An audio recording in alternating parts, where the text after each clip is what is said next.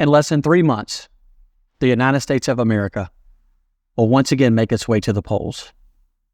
It's fast approaching. It will be here before you know it. Before you know it, we're going to be getting ready for Thanksgiving. Before you know it, we're going to be buying Christmas presents, getting ready for Christmas, and then we'll be celebrating 2025. Ladies and gentlemen, it is of the utmost importance that you and I pay very close attention over the course of the next 3 months at what's happening in our great nation. Reed Cooley, good to have you in studio today, sir. How are you doing today? I'm making it, Dan. Have you read The Lord of the Rings yet? So I have not. I have not read The Lord of the Rings yet. I did watch the other day. I watched a little bit of the Star Wars, and so I did watch a little bit of that. I did watch a little bit of The Lord of the Rings. I did. And so I think like maybe 10 minutes of Lord of the Rings, maybe 10, 15 minutes of Star Wars. And so I am starting, and I'm starting down that. Which Star Wars are we talking about? It wasn't the Disney stuff, was it? It's just, I don't know, man. It's just one of the Star Wars. I didn't realize there was a very big difference between the original trilogy, the prequels, and then the Disney stuff, right? Oh, yeah. You wasn't clear on that. So maybe let's do this. Maybe send me a link to the Star Wars that I need to watch, right? Okay. Send that to me, and then send me the link to, I guess, I'm hoping I'm watching the right Lord of the Rings, and so send me that link, and I'll make sure that I'm watching the right one. I know they were in space for Star Wars, and it's a good start, yeah. Lord of the Rings was this. That's not in space, you know. Yeah. Oh, they're not in space? Yeah, and the Lord of the Rings, no. No, it's not. Star Wars. Oh, in Star Wars, yes. Yeah, and then Lord of the Rings, it was this brown-looking dude. And the Lord of the Rings? Maybe I'm watching the wrong one. I'm not really sure. A brown-looking dude?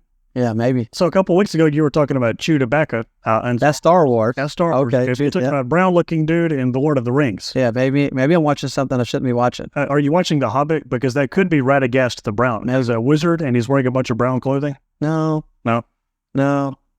Anyway, I don't know, man. Send me the link so I'll make sure that I'm watching the right one.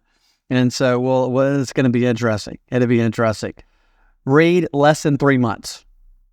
It's hard to believe that in less than 3 months, we will have the most important election, I believe, in my lifetime, probably the most important election in the last 100 years. Would you agree? I would say it's up there. Yes, absolutely. Of course, I would say the election of 1933 here in the United States was pretty critical to our history. That's whenever we got rid of Hoover and we elected FDR. I would say that, there are other elections that were consequential. I would say it's up there, top 3 for sure. If we elect Kamala Harris and Tim Walz, if we vote those two radical, look, they're not even left. They are just straight up communist.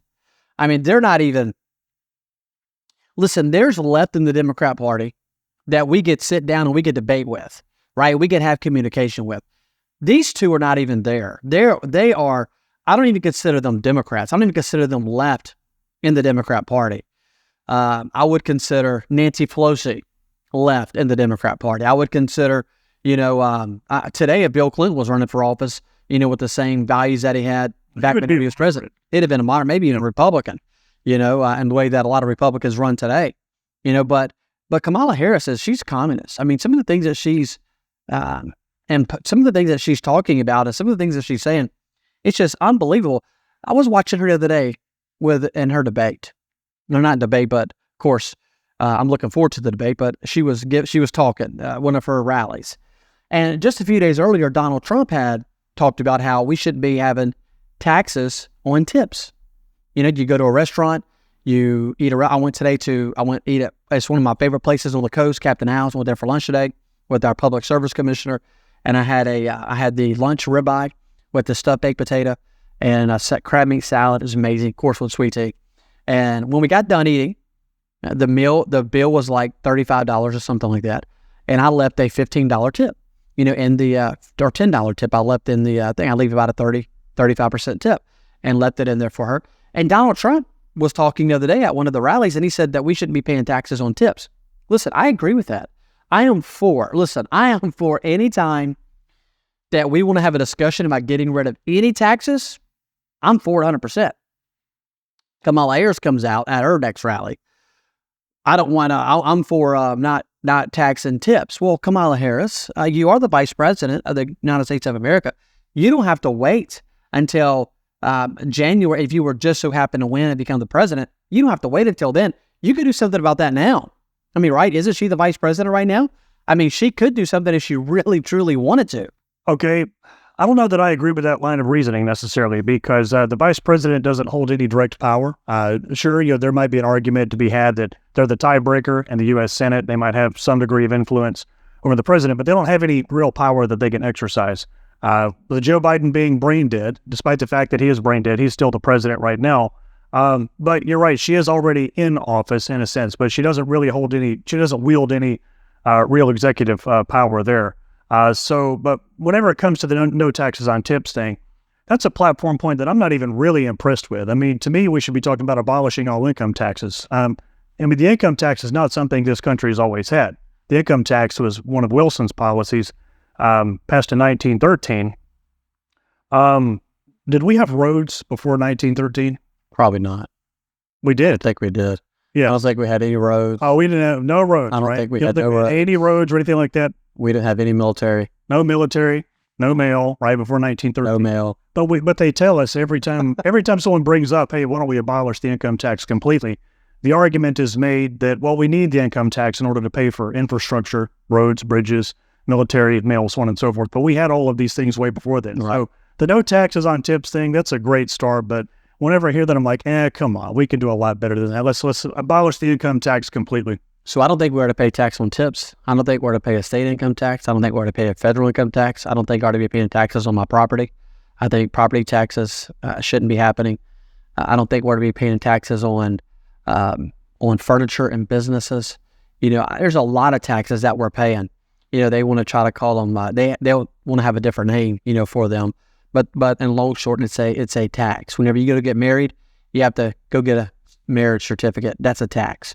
You're paying the county, however much money it is. Well, that's a tax. And then you have to go get a tag for your car.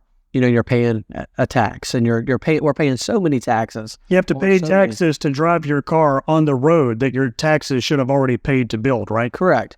And could you imagine those that the Boston Tea Party? I mean, they were willing to risk it all for such a very small amount of tax. Like a 3% tax on tea, right? Now we're paying unbelievable amount of taxes. I paid for my property last year. I paid $2,400, I think is what my taxes is for my property. And I paid that every single year. And I've lived here for 5 years. So I have paid, up to this point, I have paid $11,500 in property tax. And then if I live here another 40 years, you give it another couple of years, it'd be at $3,000. So I'm going to end up paying $150,000 just in taxes on this property.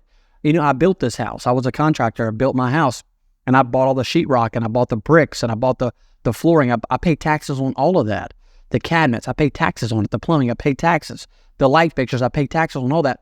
And so I would go to work. I will get my paycheck. I will pay taxes. And then I would go to Home Depot and I would buy material for my house, and I would pay taxes on that material, and then I will pay taxes on my property for the rest of my life. And if you quit paying your taxes, they're going to come and take your property from you, or they're going to sell it to somebody else, for the taxes. So this property could end up selling for $7,500 or $8,000 if I just don't pay the taxes.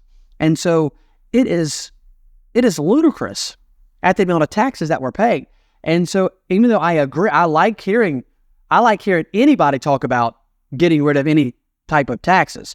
But my point is, Donald Trump, gets up and says we don't need to pay taxes on tips, and that makes a huge impact on voters. So then Kamala Harris gets up and she's like, well, I don't think we're going to pay taxes on tips either. She realized it was a popular point, so she basically just plagiarized Trump. Absolutely, agree. She's been plagiarizing for her entire political career, and so. And I agree that she is not the president, but she does have a lot of power as vice president that she could begin now. Listen, if I was vice president, this is just me.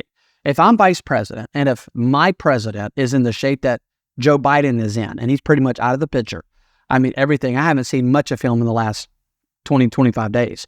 And so it's all pretty much been the cameras on Kamala Harris, even though she's not taken any questions from the press, in now 20 plus days, which I think is another thing that's just ridiculous.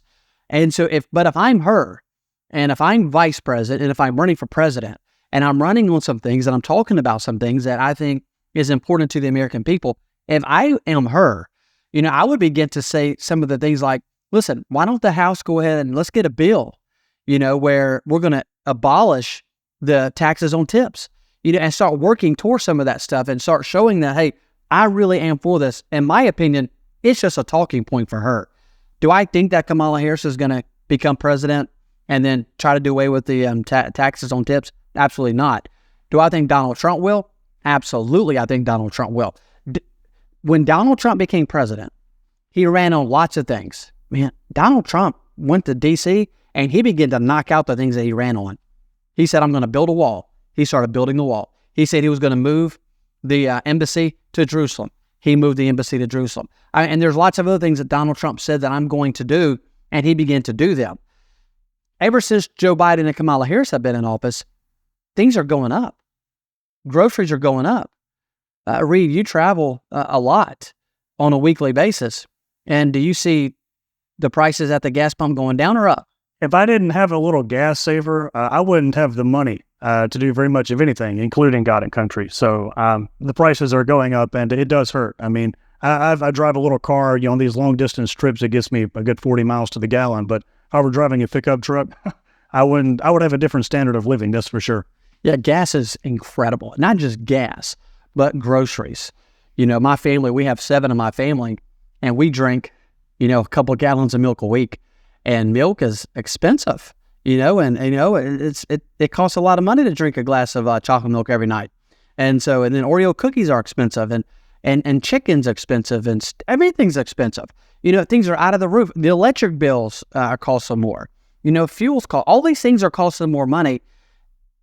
And it's going to be the same old. If we elect Kamala Harris to be the president, it is going to be the same that we've had over the last 3.5 years. Things are going to keep going up. Interest rates are going to just keep going up. Gas is going to keep going up. Milk is going to keep going up. Things are going to keep going up. And people are not going to be able to afford houses. People are not going to be able to afford gas. I mean, there's lots of things that people aren't going to be able to afford if we just elect Kamala Harris. That's why, ladies and gentlemen, I say this is absolutely the most important election in our lifetime, at least in my lifetime, and probably within the last 100 years, going back to 1933. And so that's why we have to get out and vote. We have to make sure that everybody that we know, all of our friends, all of our family, are registered to vote, and then they go and vote. Reed, I read this last week, and this is incredible. I want to give you these numbers. This is incredible.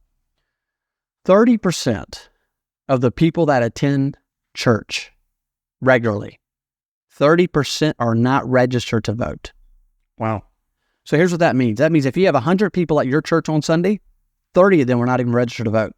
If you have 500 people at your church on Sunday, that means that 150 people are not registered to vote. If you have 1,000 people at your church on Sunday, that means there are 300 people there that are not registered to vote. And I'm not talking about the children. I'm talking about adults. I'm talking about voting age only. They're not even registered to vote. But listen to this. This is even worse. That's bad, all right? I mean, that's bad because if you think about people that go to church, now every church is going to be different. That's just an overall picture of the church, and that's just not taking into consideration one particular denomination. That's taken in all of the religious churches. That's taken in, Baptist, Pentecostal, Presbyterian, Catholic, Methodist. That's taken in all the different denominations.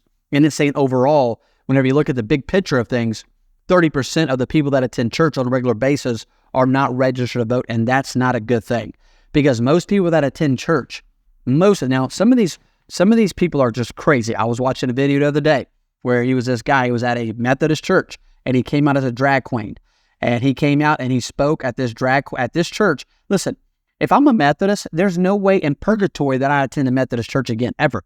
Like, it's not happening. I'm not attending any type of religious organization that is promoting that kind of garbage. You're going to tell me that that's in the Bible, that Jesus would promote drag queens? Have you lost your ever-loving mind? I mean, it's not happening. I was going to say, like, I'm hoping that the 30% of churchgoers who aren't registered to vote are those kind of people we're talking about, like the so-called Christian leftists who invite drag queens and rainbow flags into their churches and whatnot. But we really don't seem to have any way of knowing that. But that is wrong inherently. That 30% or so of churchgoers they're not registered to vote. They're not participating in the political arena. They're not engaging the political arena. That's inherently wrong. I think I agree with you about something you said a minute ago about what Kamala Harris could be doing more of as vice president. She could at least begin showing the American people that she's ready to assume the presidency. She could act as a sort of visionary and ceremonial figure at the very least, which is kind of what the vice president role is altogether. But I don't think she knows how to do that. I don't think that she knows what it means to lead, what it looks like to lead. I don't think that she understands either of those. I think she understands pandering. She understands bumper sticker slogans. She understands how to cackle. She understands how to rip off Donald Trump. And she understands how to throw innocent people in prison, just like her record in California shows as the attorney general there. I think that, whenever it comes to the kind of tyranny that Kamala Harris would bring with her, should she assume the presidency before or after November of this year, I think it seeps into every single issue area there is. I think we wanted to talk about her economic policy, but when it comes to criminal justice reform, look at what she did in California. There was a fellow named Jamal Truelove. Maybe you heard of this story. 2010, he was falsely convicted of murder on extremely tenuous charges, right? Because of Kamala Harris, he finally got out. He was acquitted in 2015. He's an actor. He finally got out in 2015. He said he bumped into Kamala Harris after he got out. They locked eyes with each other, and she just laughed at him after he had spent 5 years in prison after being wrongfully convicted. So Kamala Harris, I think that there's a serious kind of evil that lurks inside this woman. And obviously, in the last couple of episodes we've called her Commie Kamala, right? Which is absolutely an epithet that I stand by for one. Here's what's interesting about a sort of move that she's made in the last several days. It's pretty common for people across the right to accuse Kamala Harris of being a communist, not just through Commie Kamala, the term that you and I have used, but it's pretty commonly observed. She seems to be a closet communist. If you're accused of being a closet communist, why would you come out with price controls as a plank of your economic platform? So did you see that by chance? Yeah. So just this week, she came forward saying that she's going to use price controls as a policy-based means of fighting inflation. And there are so many problems with this. I mean, chief among them is that price controls cause shortages. And this is a lesson. There's actually 4,000 years of history that demonstrates this, going all the way back to ancient Babylon and ancient Egypt. Ancient Babylon, in the Code of Hammurabi, a lot of people don't know this, there were actually price controls in there, and it actually hurt the Babylonian Empire for centuries after that point. Ancient Egypt, there were price controls put there. Early 4th century AD in Rome, the Emperor Diocletian, I'm sure you've heard of Diocletian, he imposed price controls, and the Roman people nearly revolted, and there were people fighting over everyday goods, the same way that people were fighting for hand sanitizer and toilet paper in the early months of COVID in this country.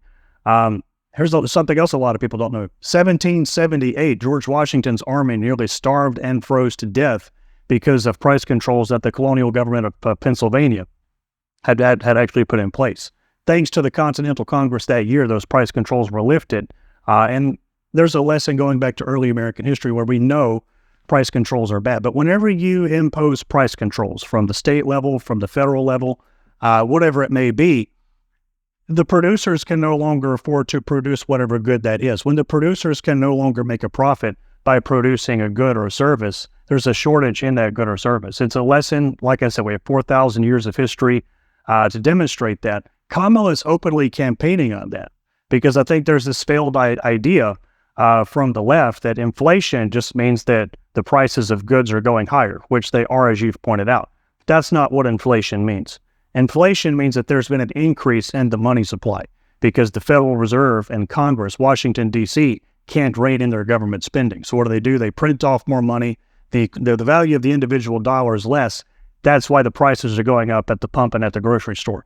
And Kamala Harris is acting like she doesn't understand this basic maxim of economics here. And if she does get elected, and she's going to be a total disaster for this economy. Reed, do you really think she understands it?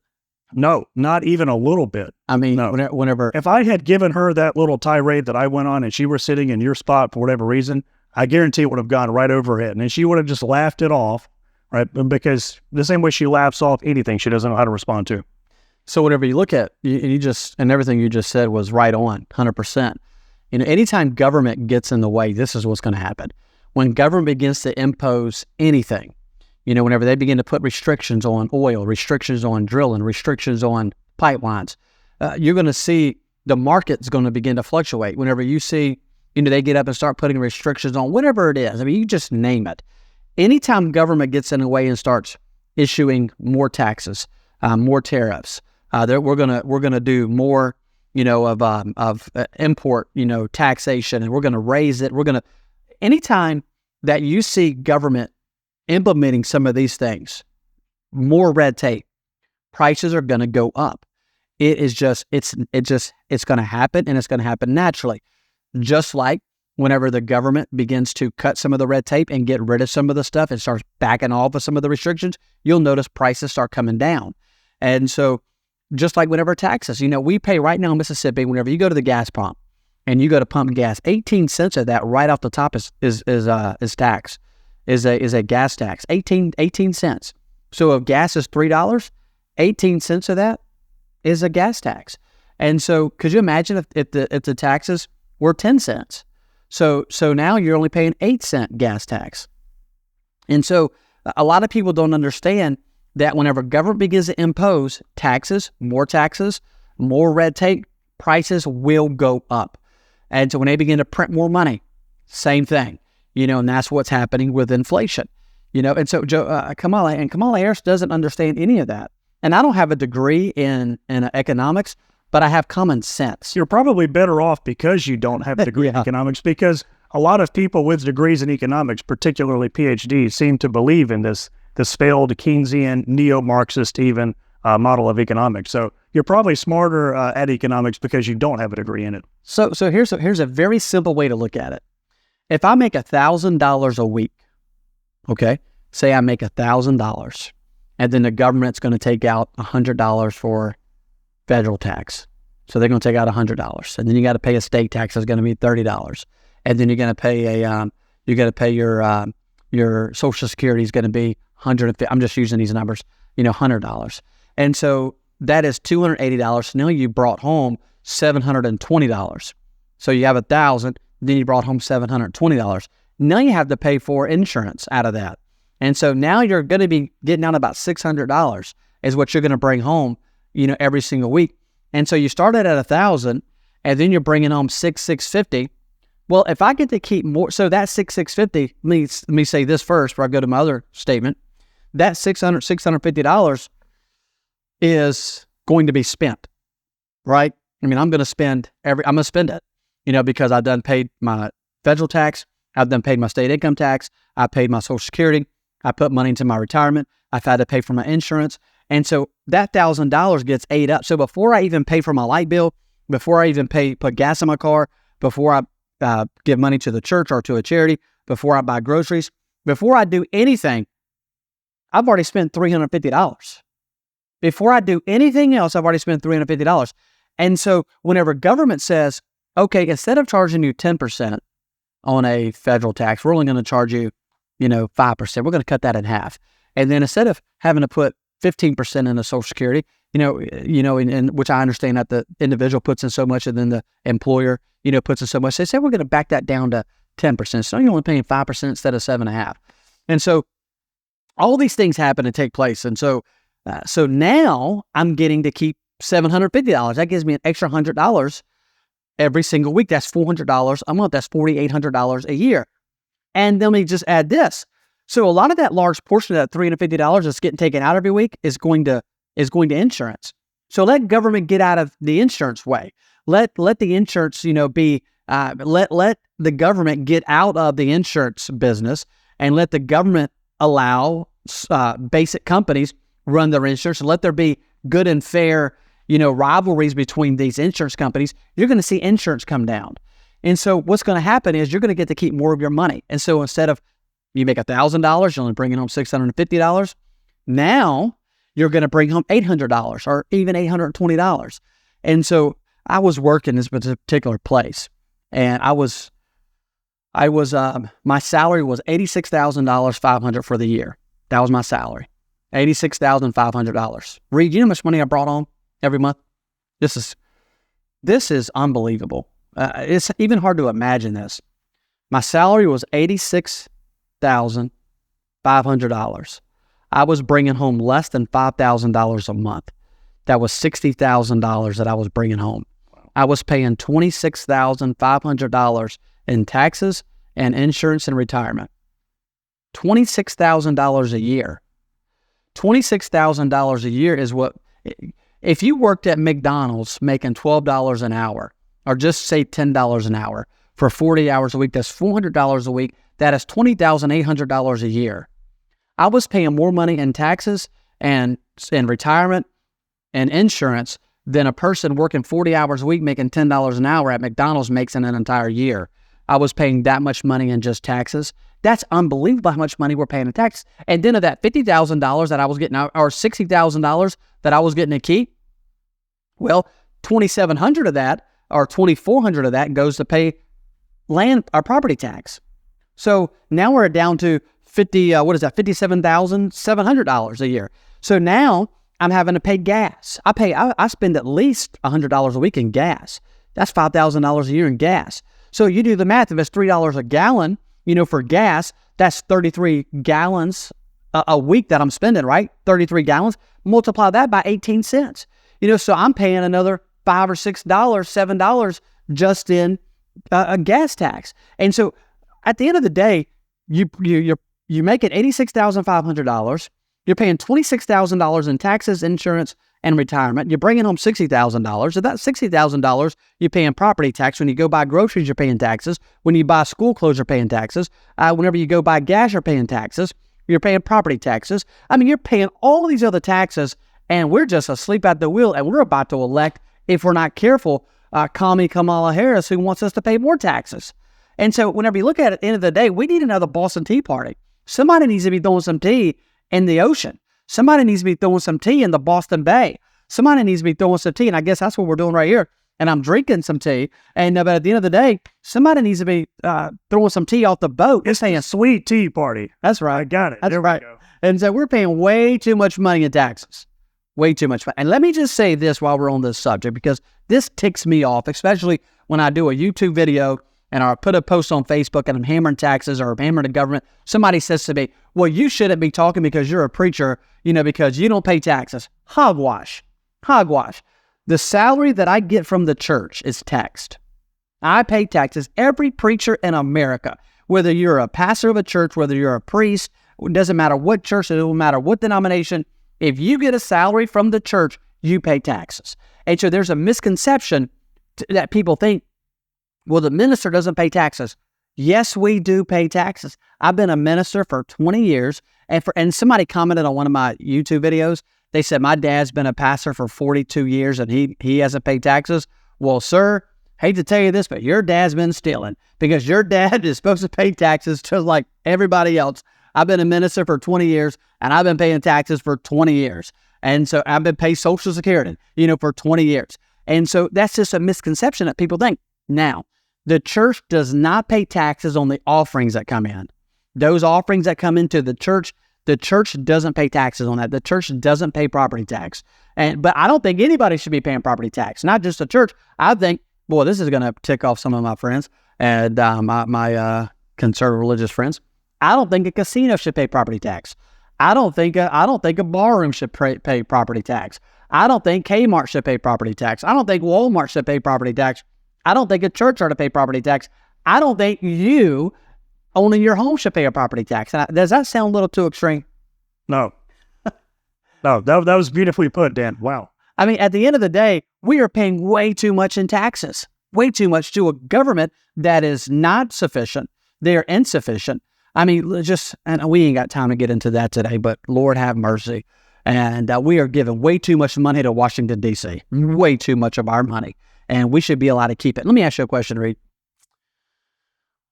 When you get your paycheck, and just say, I'm just going to, simple numbers, you get $500 a week. What do you do with that $500? I'll save as much of it as I can, but I obviously have to pay taxes on it for all the same things that you just laid out. And I can tell you there's no politician in Washington, D.C. who can manage my finances better than I can. Are you serious? Seriously. They can't, you mean to tell me that Nancy Pelosi can't manage her money better than you? I don't think so. What about AOC? Doubtful. What about Mitch McConnell? Definitely not. I mean, Mitch McConnell, he's a Republican. I mean, come on. My point, you're right. The point is, I want you to keep as much money as you can. If I ever run for office, one of my main things is going to be this. I want you to keep as much money. I want you to keep all your money. I mean, to be honest with you, every penny that you go and work for, I want you to keep every penny of it. I don't think any of that money ought to be going to Jackson. I don't think any of that money ought to be going to D.C. I think you should better keep every single penny of the money that you earn. I don't think you ought to pay taxes on any money that you earn. Looks like you've been sleeping well. Megan, he's back. The My Pillow guy. And you're looking good. Still feeling good. Well, just when you thought it couldn't get any better, we've got the best pillow ever, My Pillow 2.0. Wow, it's so soft and smooth. It's cool to the touch. How did you do that? Well, we took My Pillow's patented fill and combined it with this new technology that we didn't have back then when I invented My Pillow to bring you the best pillow in history, My Pillow 2.0. Just like all of you, I never imagined that My Pillow could get any better. That's why I haven't changed it in nearly 20 years. Then I heard about a revolutionary new technology, and I knew I had to bring it to you all. My Pillow 2.0 is truly the next generation of My Pillow. The My Pillow 2.0 is cooler and softer than the last My Pillow. It is so comfortable to sleep on at night. I look forward to going to bed, and I wake up well rested in the morning. Sleep is all about temperature and height. My Pillow 2.0's patented adjustable fill is going to give you the exact individual support you need from your head to your bed. And now here's where it gets even better. We've all experienced those temperature-related sleep interruptions where you get too hot, you toss and turn, you flip your pillow over to the cool side. Well, all that's gone with my brand new My Pillow 2.0 cooling fabric that's made with temperature-regulating thread. The best sleep just got even better. Whether you have a MyPillow or not, you need to get the brand new MyPillow 2.0. Call or go to MyPillow.com now. Use your promo code, and for a limited time when you buy one, you'll get a second one absolutely free. You're sleeping even better. And cooler, too. And you're looking good. Feeling good. I knew you would. Visit mypillow.com. You go and work 40 hours, and if they're going to pay you $10 an hour, you should bring home $400 a week. That should be your money. Now, if you and your employer makes a deal to where you're going to put $20 a week into retirement, well, then that's the deal that you made. And so now you bring home $380. And then if you and your employer makes a deal where you're going to do insurance and you're going to pay half and they're going to pay half, and so now you're going to pay $80 a week in insurance, and now you're bringing home $300, that should be totally up to you.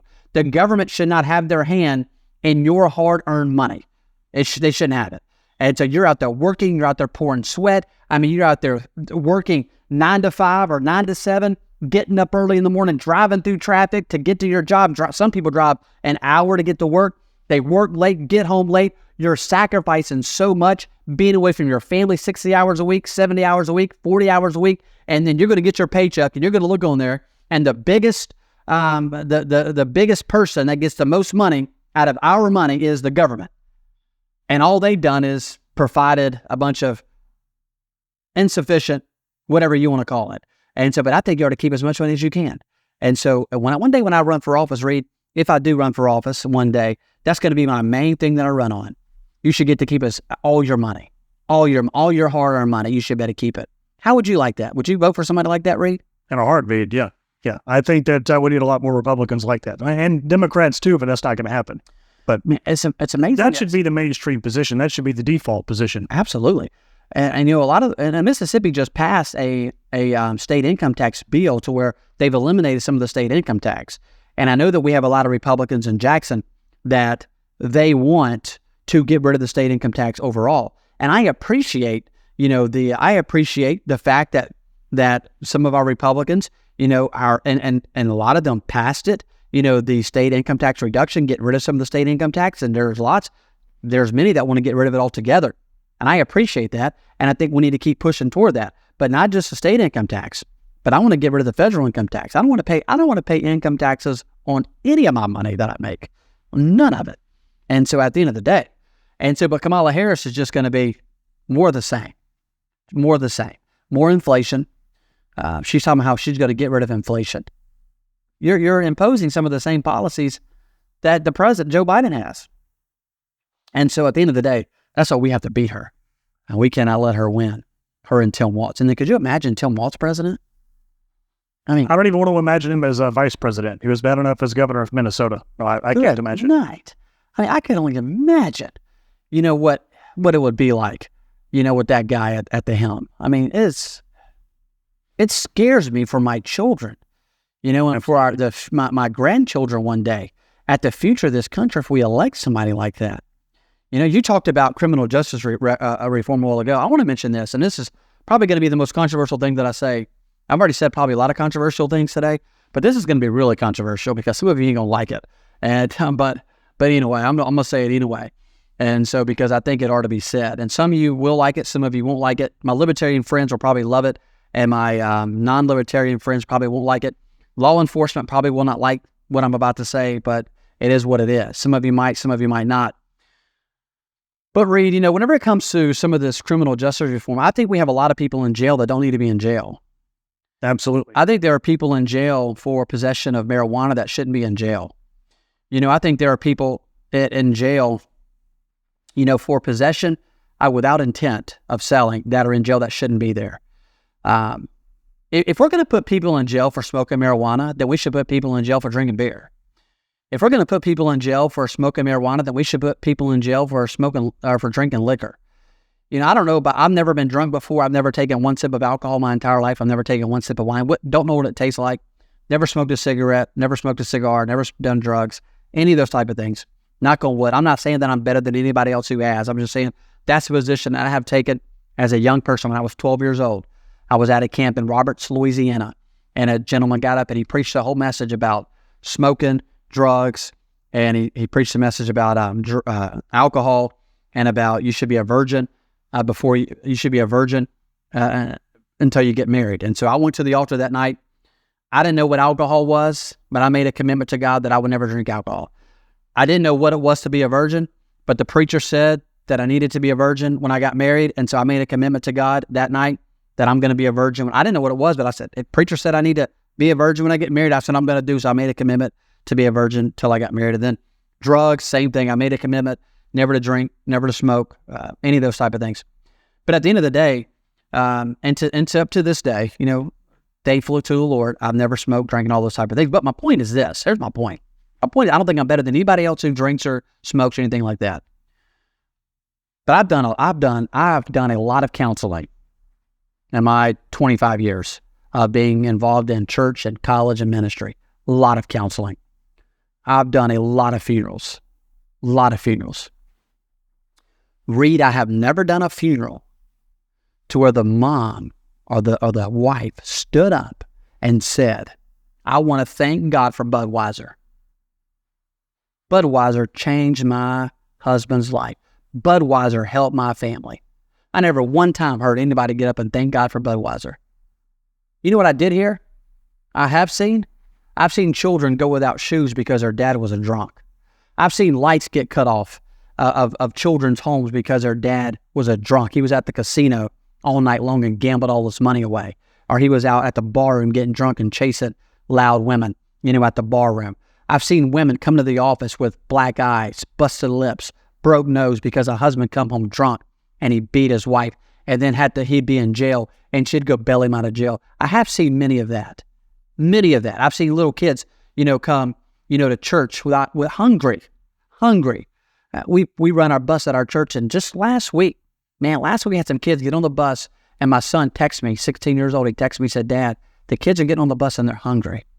So we ordered pizza for them and we fed them, that night at the church. And we try to do things like that. A lot of times in a lot of those cases, I'm not saying in every case, but in a lot of cases, the ones that I've worked with, Dad's a drunk, he's on alcohol. He's out partying. He's out at the bar for 3-4 days. Mom calls. I don't know where the dad is. Can you pay the light bill? Can you help us with groceries?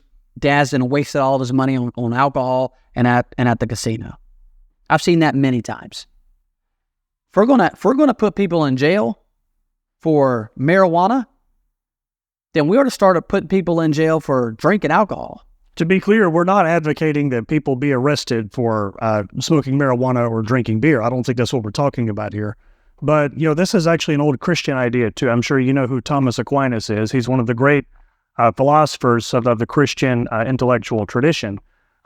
He had some old ideas. He wrote about this as long ago as the 13th century. He said, whenever we imprison someone for doing something like a rather minor thing, like what you're talking about, not of course not the domestic abuse, but like smoking weed or drinking a beer or something, when you imprison people for minor things like that, you actually do a greater injustice to society as a whole, because whenever someone is thrown in jail, for example, because they were possessing marijuana without the intent to distribute, that's costing the taxpayers, right? It is. I mean, you're doing a greater injustice to society at large by throwing people in jail who don't deserve to be there. But to piggyback on something else you talked about right after that, whenever it comes to an abusive father or something like that, any one of the scenarios that you just described, those are the people who need to be in jail, right? Absolutely. It's not some guy who went home and he smoked a joint or something like that at his house. And to be clear, I don't do any of that either. I certainly don't do that. I rarely touch alcohol. It's not a very big part of my life either. And like you,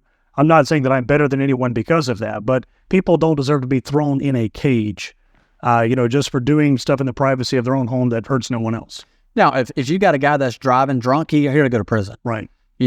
Take his driver's license away. I mean, absolutely. You got a guy driving and he's been smoking marijuana or doing drugs. And I know what people say. They say that, well, marijuana is a gateway drug to this and it's a gateway drug to that. And I get every bit of that because, I work with people every single day that are hooked on drugs and hooked on alcohol. So I deal with it weekly. And many of their stories, to be fair, do begin with like marijuana or alcohol. I mean, it does kind of escalate in that sort of. Absolutely, it does. And so, but what I'm saying is, we've got our jails full of we're putting all these people in jail for smoking marijuana, and yet and I don't think you ought to smoke marijuana. I'm against smoking marijuana. And then you got all these people. That's just my personal belief. If you want to smoke marijuana, that's up to you. I don't. But I'm just using that for an example. I don't smoke marijuana. I don't drink alcohol. If you want to drink alcohol, that's up to you. But I don't think that we're to be putting a bunch of people in jail for smoking marijuana, and then we're out here allowing all these people to drink alcohol. And the reason is because the government's making a ton of money off alcohol. They're making a ton of money. They tax it, and the state of Mississippi, has this big, huge warehouse where they've got, and the state does not need to be in the alcohol business. That's just a whole nother thing on its own, and we don't have time to get into that. But my point is, if you're going to be throwing all these people in jail for smoking marijuana, then throw all these people in jail for drinking alcohol. I don't think you ought to put people in jail for either, I don't think you should do either, but I think people have a right, to do some of these things that they want to do. That's their own personal belief. Just like I don't think people ought to have pride and people ought to be gossiping and people ought to be tailbearers, but people do, but I don't think we should, but people still do those things. I don't think people ought to commit adultery, but they do. I don't think people ought to commit fornication, but they do. I don't think men ought to marry men, but they do. Women ought to marry women, but they do. And so people have that right within themselves to live their life however they see fit, however they see fit. But they'll have to answer to God for all that. What I'm saying is we throw a bunch of people in jail for smoking marijuana. We put him in prison for 10 years.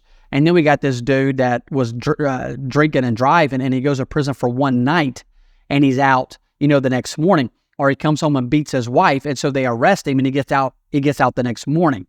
And so that's what I'm saying. There's such an imbalance there that whenever it comes to this criminal justice reform, I think there ought to be some criminal justice reform. Yes. Somebody who was beating his wife and somebody who's driving with a DUI. My wife, 2 years ago this week, what is today? Today's the 16th. Tomorrow will be the 2-year anniversary of when my wife was driving home from church on a Wednesday night, and a drunk driver came across the interstate and hit her at 100 miles per hour. There was a lady in the car with this drunk driver. She was also drunk. They both had drugs in their body. It killed her instantly. He's going to go to jail for like 10 years, and then he's going to probably get out in 6 years. So we're going to have people in jail for smoking marijuana much longer than this guy was in jail who was driving drunk with drugs in his system and a girl got killed. He's going to be in jail less time than some of these people that were just for smoking marijuana. My point is there needs to be some reform. I don't know what all needs to happen, but there needs to be some justice reform in this. Whatever. I don't think where to go.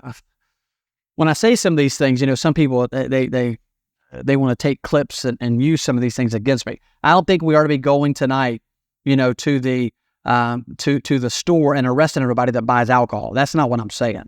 What I'm saying is people that drive drunk, they need to be arrested. People that are beating their wife that are drunk, they need to be arrested. There needs to be some balance there whenever it comes to alcohol, whenever it comes to drugs. I don't think you ought to do either.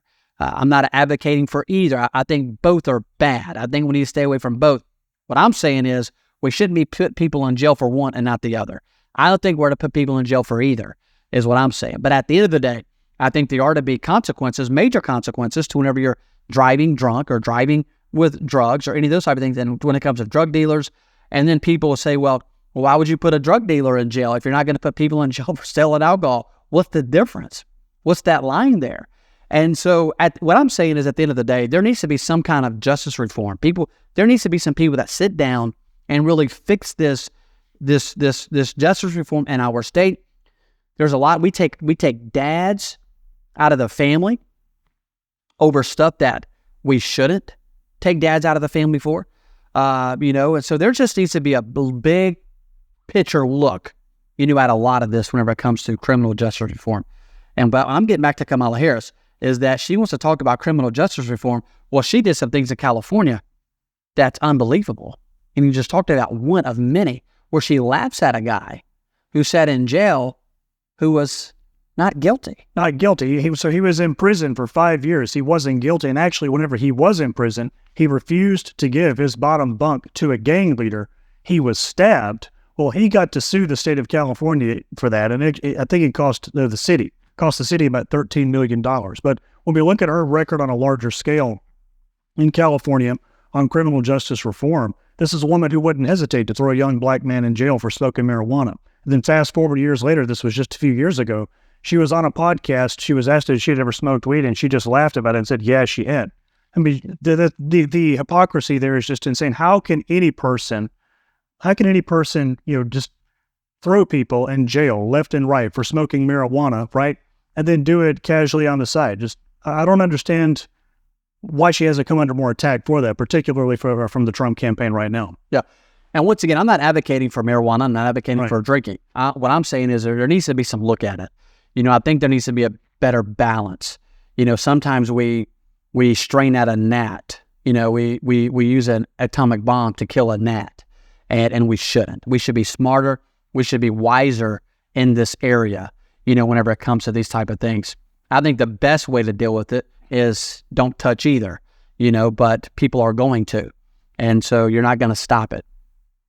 If you quit selling alcohol in stores, they'll find it somewhere. I mean, there'll be a distillery somewhere, where they're going to be making that stuff. We learned that lesson with prohibition in this country. Absolutely. Let's talk about Kamala's lack of experience. And we're running out of time already, but let's talk about the border for a moment, something that she was supposed to be in charge of. She was supposed to be in charge of the border. Now, they're trying to wipe that slate clean that she didn't have anything to do with the border. But the border's a mess. I mean, a complete mess. We have millions of people coming across. Don't even know who they are. Some of these guys are coming in that are rapists, raping and killing some of our young people. And I mean, it is a complete mess. And she's asking us to give her 4 more years, 4 years as president, when she's the vice president, and she has one job, and that is to fix the border. And listen, I'm here to tell you right now, I could have that border fixed in 30 days. In 30 days, I could have that border fixed. And Donald Trump was working, and he was getting the border fixed. But yet we know that he didn't have a lot of help, coming from the House, and whenever he was president. But at the end of the day, what I'm saying is, she has no experience when it comes to leading our nation. Not just whenever it comes, the border's just one small thing. No experience. And then look at her whenever it comes to the world. I mean, the world is on the brink of World War III. I mean, you've got chaos happening all over the world, and she's the vice president of the United States of America. All you have to do as president is pick up the phone, or vice president, pick up the phone and say, hey, you need to chill it out over there. Like Donald Trump has already said, if he's elected in November, before January, before he's sworn in, the war in Ukraine and Russia, it'll be over. It'll be done. So when you have people like Kamala Harris and Joe Biden in office, this is what you get. You get chaos around the world. You get dictators that want to try to go into other countries and kill people and kill innocent people, and wars are created. Wars are created that should never be. And then a lot of people here in America, they want wars because they make a lot of money. They profit a lot of money off of these wars. But when you get a man like Donald Trump, and Donald Trump says, listen, either you settle down or we're going to put a stop to this quick. You're going to see Russia and Ukraine, all of a sudden, that war's going to cease. She has zero experience, and the experience that she has is not good experience. It's bad. Yeah, to be clear, whenever it comes to the issue of Ukraine and Russia, I think a lot of the reason why we're here in the first place is because there was a lot of escalation from NATO in the years leading up to the time that Trump took office. I think that whenever you put Kamala Harris in a leadership position in NATO, right? So let's say she becomes president of the United States, she's not qualified. She's not going to be able to lead NATO in any sort of meaningful way other than towards disaster. To be fair, whenever it comes to NATO, we look at the situation between Russia and Ukraine, I think a lot of it goes back to the fact that there's been a lot of escalationism from NATO. Ever since the early 90s, the collapse of the Soviet Union, Russia has said there's a hard red line in the eastern bloc of Europe. NATO's not to cross it. Well, what has NATO done? NATO has chipped away at it. They've chipped away at it. They've chipped away at it. They just added Finland to NATO earlier this year. Now they're trying to put Ukraine in NATO. And I have to be honest, whenever it comes to the possibility of putting nuclear weapons in Kiev, Ukraine, I don't really blame Vladimir Putin for not wanting nuclear warheads from NATO within 30 minutes of his capital, Moscow, right?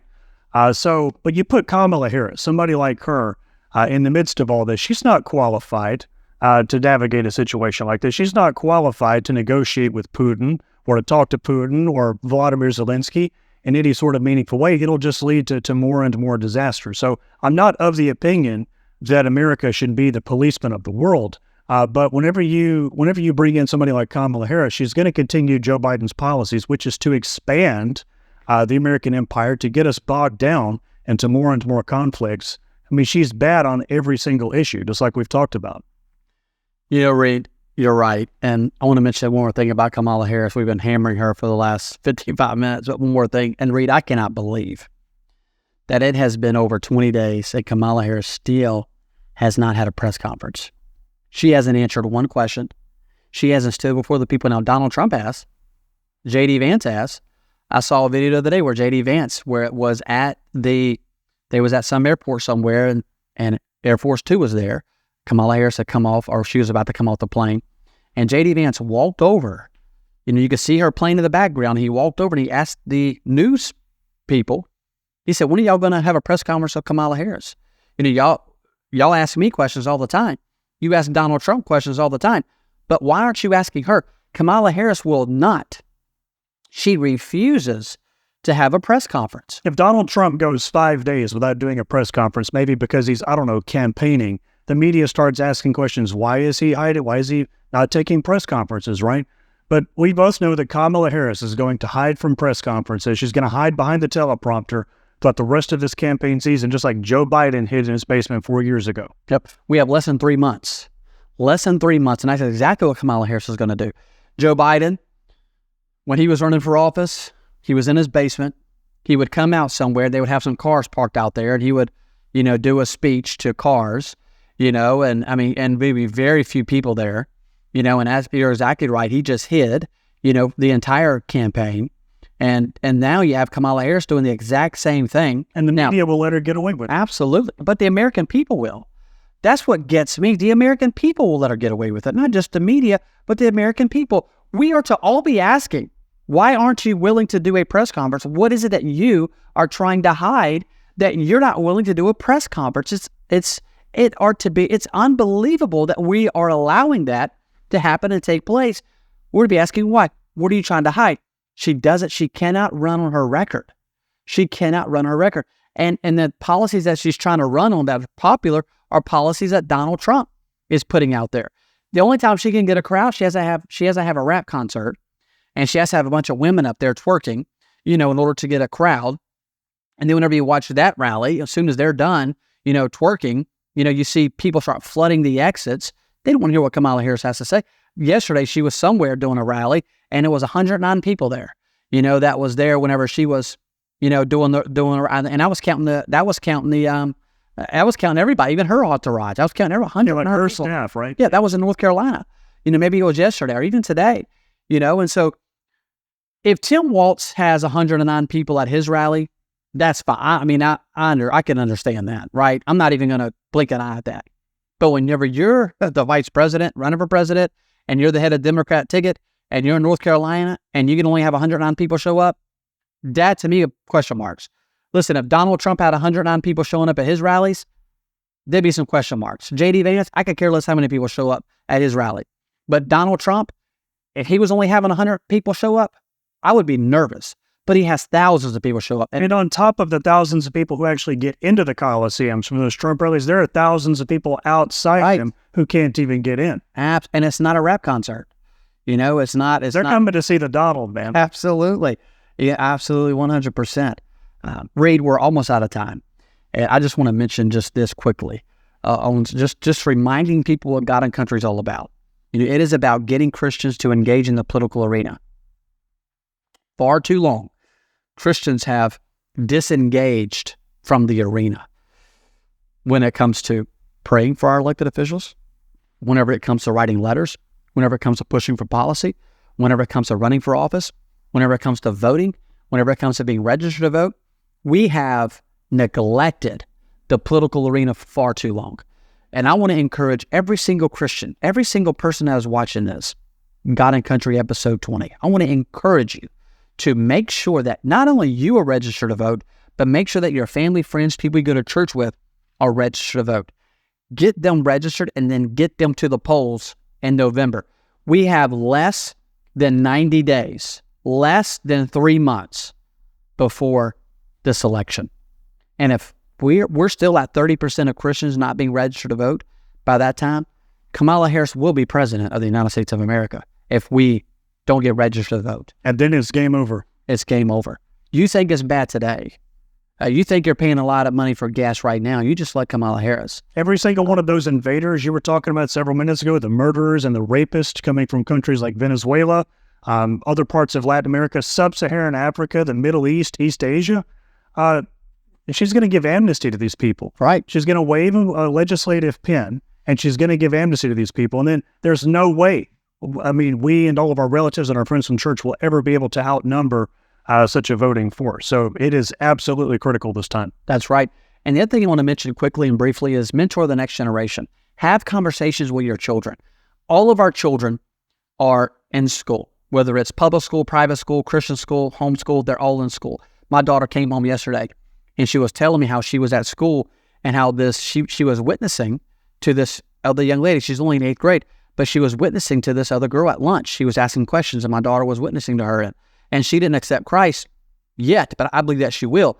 My other daughter is wearing Christian shirts, to school. My 2 boys, they went to Christian Athletes Association on Friday morning and was there, and they had a bunch of other teenagers there, at this Fellowship of Christian Athletes, which I think is a wonderful thing.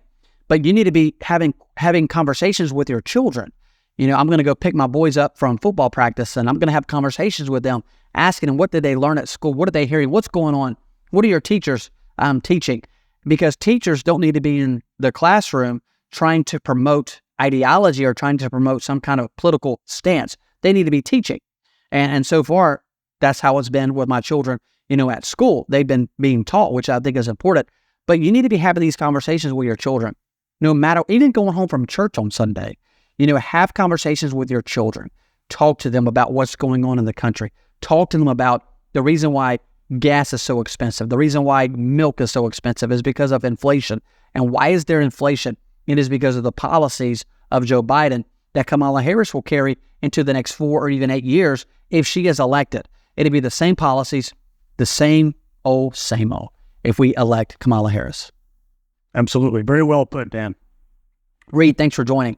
As always, I've enjoyed today's episode. I know this one has been interesting and it's been good, and I have enjoyed it very much. But as I say at the end of every God and Country podcast episode is this.